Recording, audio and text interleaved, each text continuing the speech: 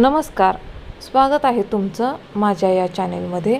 आज मी तुम्हाला आपण देवाजवळ पूजेच्या ठिकाणी जी अगरबत्ती लावतो त्याची जी विभूती असते ती अशी विखुरलेली दिसते, विस्कटलेली दिसते, त्याच्याने खूप पसारा होतो आपल्या पूजेजवळ, असा थोडासा राडा झाल्यासारखा होतो। ती जर होऊ नये असं वाटत असेल, ती विभूती एका जाग्यालाच आहे अशी राहावी असे जर वाटत असेल तर तुम्ही नक्कीच हा व्हिडिओ पूर्ण बघा, तुम्हाला खूप फायदेशीर ठरेल।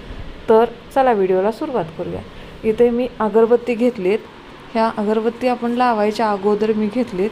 त्याच्यासाठी साधा आपलं जे आपण देवपूजेसाठी देवातील दिवा लावण्यासाठी जे तेल वापरतो त्याच्यात एक हातात बोट, फक्त तेलात बोट बुडवायचं व ते अगरबत्तीला पुसून घ्यायचं पूर्ण, वरून त्याच्या शेंड्यापासून खालच्या देठापर्यंत सगळीकडे ही तेल लावून घ्यायचं। याच्याने काय होतं, तुमच्या अगरबत्ती अशी ओलसर होते व त्याच्यातून जी विभूती पडते, म्हणजे असं पावडर टाईप पांढऱ्या कलरचं जे पडतं तसं वाळलं न पडता मऊसर असं एकसारखं पडतं, ते विखुरले जात नाही। तुम्ही बघू शकता। आता मी अगरबत्ती लावून स्टँडला लावली आहे तर ती आहे अशी राहिली आहे, अजिबात खाली पडली नाही किंवा विखुरली नाही। आणि जरी पडली तर ती थोडी थोडी तुकड्याच्या स्वरूपात पडते, अशी मोकळी पडत नाही व विस्कटल्यागत होत नाही।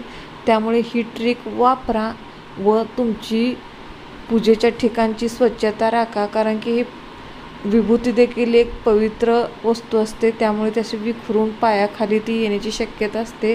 त्याच्यासाठी ही ट्रिक नक्की वापरा। धन्यवाद।